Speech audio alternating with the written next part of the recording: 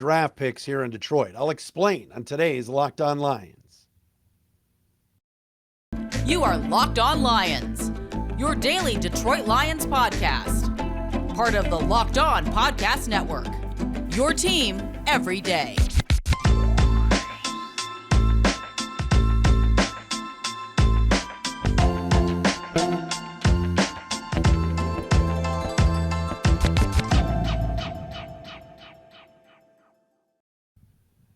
And a pleasant good Monday, everybody. It is Locked On Lions on the Locked On Podcast Network. Your team every day, a Monday, June 12th, and a Tuesday, June 13th. Final week of the off-season program for the Lions. Their final week of OTAs after mandatory minicamp last week.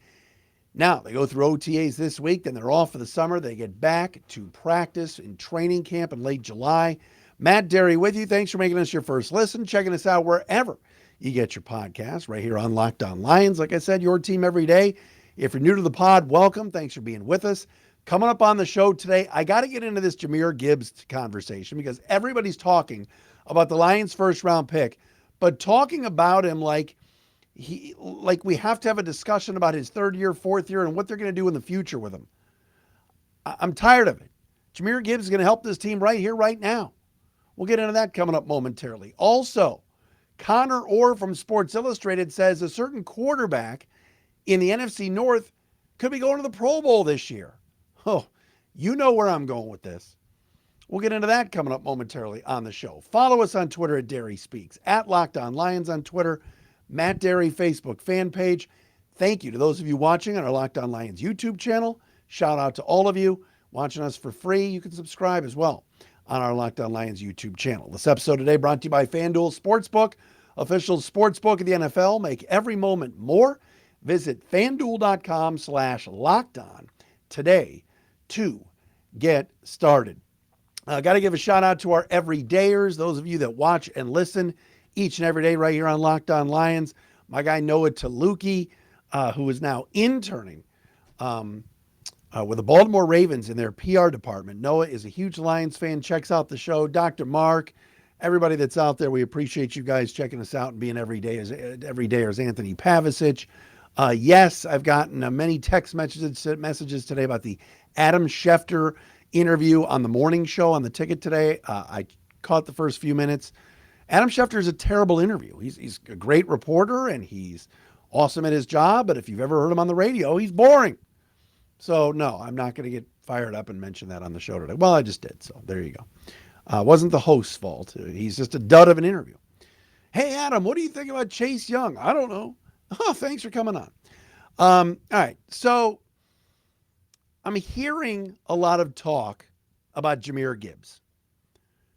Remember, on this podcast, the biggest hot button topic of the draft after the first night was, oh my goodness, can you believe the Lions took a running back at number 12? Oh my gosh, the Lions traded back and still took a running back at 12. How could the Lions take a running back at number 12, not be named Bijan Robinson? What are the Lions doing? They've got David Montgomery. They've got DeAndre Swift. They've got Craig Reynolds. Come on, Craig. They've got Jackson. They've got Jamar Jefferson. What do they need a running back for? And it turns out, after last week's mandatory minicamp, that the star of the show, a guy that wowed everybody, I had a fellow reporter, I'm not a reporter, but I had fellow media members texted me. I heard from so many people. I read all the articles. Jahmyr Gibbs is a home run hitter. Jahmyr Gibbs out of Alabama via Georgia Tech is going to be special. The speed he's got, the 4.3 40 time, second highest 40-yard dash at the combine, all these things. And he's going to be special. And then so Jahmyr Gibbs' hype is real. And he's going to get on the field. He's going to play. Ben Johnson is going to find a way for him to play. Don't tell me he's the second string running back and that David Montgomery is going to get the bulk of the carries and Gibbs will be like, no, Jahmyr Gibbs is going to play. I'm not worried about that. I think he's going to be special. I think they're going to find a way to utilize him. I think he's going to be really good really early because with Jameson Williams on suspension, they're going to find a way to utilize Gibbs in many different ways, in the slot, in motion, whatever it is. So I'm excited about that. But just because Jahmyr Gibbs was taken in this first round and because he's a running back And here in 2023, running backs that are taken early, look, Saquon Barkley, is in contract purgatory with the Giants. He's not sure he's going to stay in New York. The Giants aren't sure they're going to pay him. They took him like number 2 overall years ago. And people are like, well, what's going to happen when Jahmyr Gibbs' contract's up? Why are we even talking about this? Shelf life of running backs, yes. It's not a long process. Yes, we can go back and look at the history of first-round running backs. When was the last time a Super Bowl champion had a first-round running back? Well, obviously the Kansas City Chiefs took a guy like Clyde Edwards-Helaire late in the first round. I know it's different between Gibbs at 12 and like Edwards-Helaire going like 30 or 32 or whatever he did years ago. I completely understand that guys have been busts when they've been first-round running backs, whether it's Leonard Fournette, whether it's Najee Harris, who's been fine in Pittsburgh. He's fine. All right, but he's nothing special. And it's probably likely that at the end of his contract, after 4 years, the Steelers will look somewhere else. You can get a running back in the 4th round. You can get a running back in the 7th round. And he may end up being really, really good. You don't have to pay him a lot of money. But why are we talking about that now? Jahmyr Gibbs has not played a single game yet for the Lions. Can we wait on how we judge him? What are we going to do after 4 years? You're drafting somebody at number 12 that may only last 4 seasons or 5 if you pick up that 5th-year option, and then he'll be gone because you never give a running back a second contract. WHO cares. Who cares? I've been swayed as the host of Locked On Lions. I hated the pick that night. I hated it. They took a running back at 12 and a middle linebacker at 18. What are they doing? What is this, 1982? It's a passing league. Off-ball linebackers you can get in the late rounds. I'm excited about Jahmyr Gibbs. Everybody said, watching practice, everybody at minicamp, people on the inside told me, this kid is going to be electric.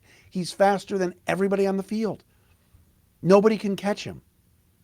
And the Lions have needed a home run hitter.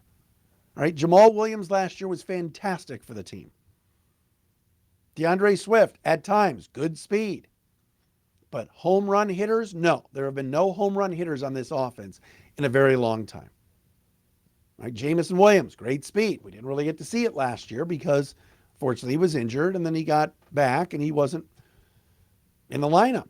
Khalif Raymond can really run sometimes. You put him in the slot, he makes a catch, and he runs. But this idea that we have to judge the success of Jahmyr Gibbs, years from now, no, let's just enjoy this now. Let's get him on the field now and see what happens. I don't care if in 4 or 5 years they have to make some decision. Hopefully by that point, the Lions have established themselves as kings of the NFC North. If Gibbs gets a second contract, why do we care as fans if he gets cut after 6 years or something like that, or maybe he gets injured? I don't.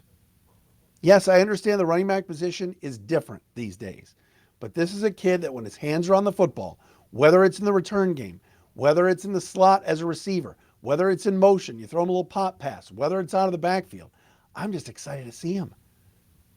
I don't care down the road what's going to be success at the 12th pick. Who knows who, after he was taken, will end up being better than him.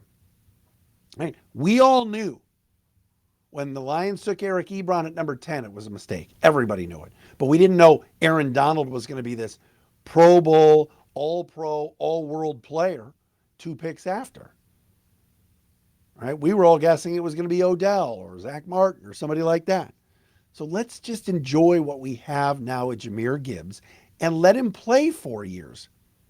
There's a reason Brad Holmes took him at 12. They want him here for 4 years, and then they'll see what happens with his 5th year and everything else.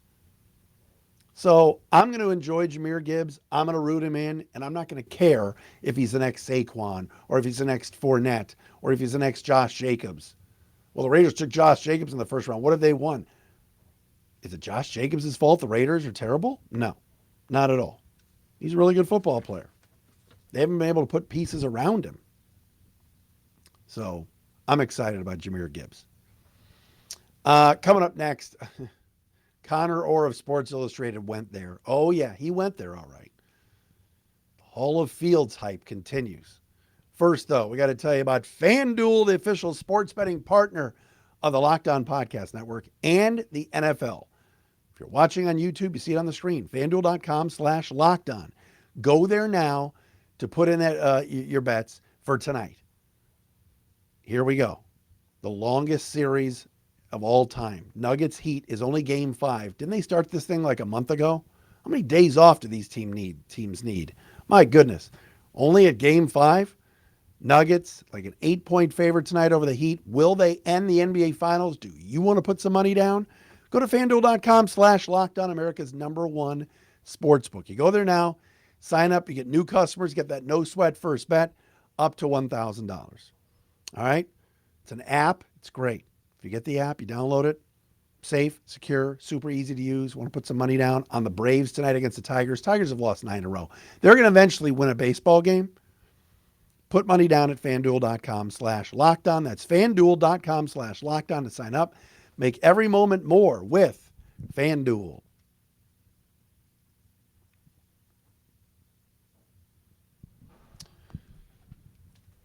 All right, folks. Locked On Lions for a Monday. Who's excited for the season? I cannot wait. Like, I'm literally every single day looking at the Lions schedule, getting excited for September 7th against the Kansas City Chiefs. I can't wait for this thing, man. This is unbelievable. The hype that is surrounding this football team it's real. I'm not saying they're going to win the division. I'm not making any guarantees. I think they should win the division. There's no excuses. Minnesota's cutting everybody. Green Bay's got a quarterback nobody knows can play. The Bears are still a ways away. This division should go to this team. But it's the buzz in the air about this team. It's friends of mine that came in from out of town for the Taylor Swift concert this weekend and said, "Oh my gosh, everybody's talking Lions." Well, yeah, it helped that the concert was at Ford Field. But the buzz, it's awesome. The hype is awesome. Team looks good. There's no issues right now other than, certain Free Press columnists drumming up business on Jameson Williams. Dan Campbell today, this was interesting, for OTAs, sent a lot of the veterans home. Pretty much told them, you did great work. Monday's practice only had 36 players, 14 on offense, 13 on defense. 4 special teamers, 5 injured players. Some of the veterans that stuck around, Khalif Raymond, Chase Lucas, James Houston, Emmanuel Mosley, Michael Badgley was there, Trinity Benson, and others. But all in all, it's mostly rookies for this week.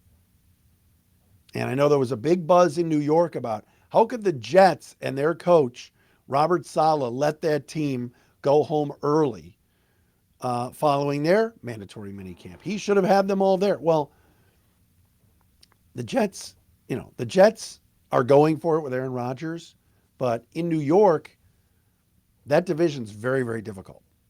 And the Jets are no lock to win it. The Lions are favored to win it. They've gone through their practices. They've gone through their OTAs. They've just had mandatory minicamp. And Dan Campbell has the pulse of this team. It's year 3. He's feeling good about where this team stands right now. And so to send some veterans home, I don't think it's a bad message at all. I think it's great. Rest. Get these guys rest. Get them ready to roll. Taylor Decker said, ready to roll, ready to roll. Taylor Decker said, that's your Stu Feiner impersonation for the day. Taylor Decker said it the other day. We've got good leadership in this room, and he's one of them. This is his 8th season now? There are good veteran leaders here led by Decker. Goff, Anzalone, others. And, they kind of lead by example. They can tell Coach Campbell, look, you can give us time off. You can let the veterans go home early. We're going to be okay. We're going to work out. We're not going to come back fat and sassy for training camp. And that's the difference in this Lions team and what's going on with this organization now than in the past, in my opinion. There's talent there. And there's good leadership, and there's no BS. Now, again, they've got to go do it. They've got to go win. There will be a big microscope on them. There will be a bullseye on their back. Again, I'm not making any big predictions. I'm not saying, 13 wins like the Vikings last year.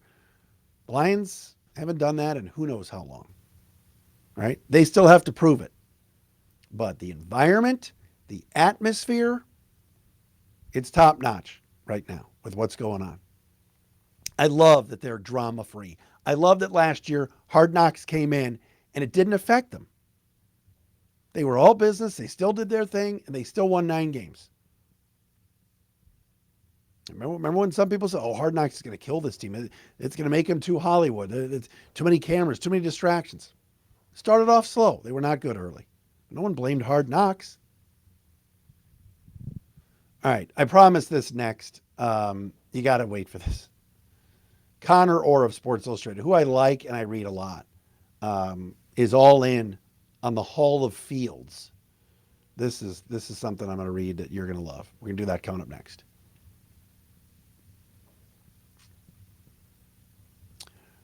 All right, at SI.com, NFL writer Conor Orr wrote a piece today. If I could find it here. I'm working on this right now. Hang on. I'm so sorry. Oh, my goodness gracious. All right, here we go. Conor Orr of Sports Illustrated and SI.com was discussing how this season is a big season coming up for Justin Fields. Bears have to start thinking about whether he's worth exercising his 5th-year option in his contract, etc. Orr writes, quote, on the Bears quarterback, the Hall of Fields, as I call him. And I like Justin Fields in college better than in the NFL. I said it once, I'll say it again. I thought he was better at Ohio State. Quote from Orr, it's SI.com. Fields has 1 season to prove he can carry the Bears franchise moving forward. By this time next year, we'll be talking about whether Chicago will pick up his 5th-year option and whether it's interested in joining the fray for a quarterback in 2024, armed with a truckload of picks from the Panthers deal to help them do so. This motivation, combined with better weapons, a second season in the offense, and an improved offensive line, makes it something of a no-brainer that Fields will be in consideration for the Pro Bowl. The NFC is a quarterback-depressed conference. Last year, Jalen Hurts, Geno Smith, and Kirk Cousins were the nominees. I don't think it's outrageous to suggest that 2 of those 3 names will get shuffled out. End quote. The last time the Bears had a Pro Bowl quarterback was Jim McMahon in '85. Mitch Trubisky was an alternate and then ended up making it in 2018. Come on now. No brainer. No brainer. Now, in Conor Orr's defense, he's right. The NFC does not have a good quarterback crop. We've talked about this with the Lions' schedule. Look at the division.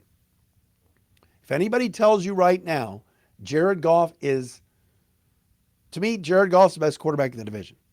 Kirk Cousins is a close second. Those 2 can be interchangeable at times. I'm not saying Kirk Cousins isn't good, but have you seen Kirk Cousins in prime time?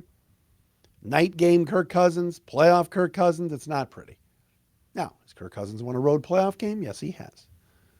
But I would take Goff. Do I think Jared Goff is great? I don't. But I think he had a very good year last year.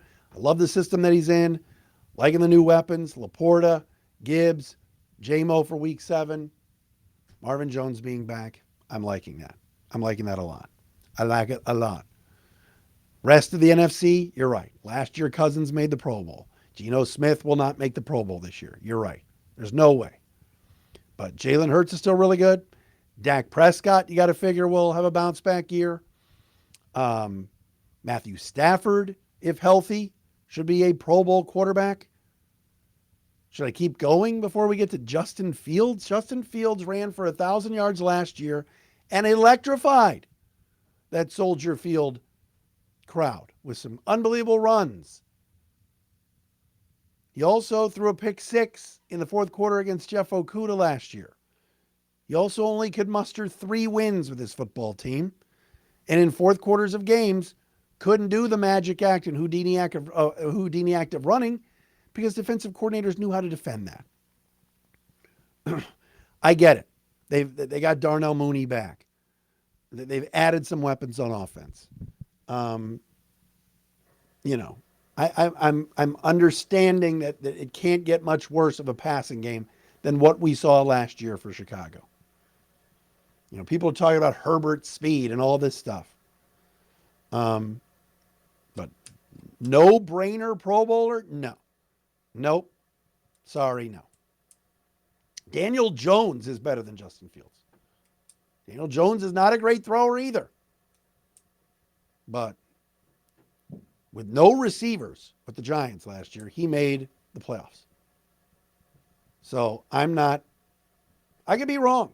Maybe I'm just picking on this kid all the time, but I don't see no-brainer Pro Bowl just yet for Justin Fields.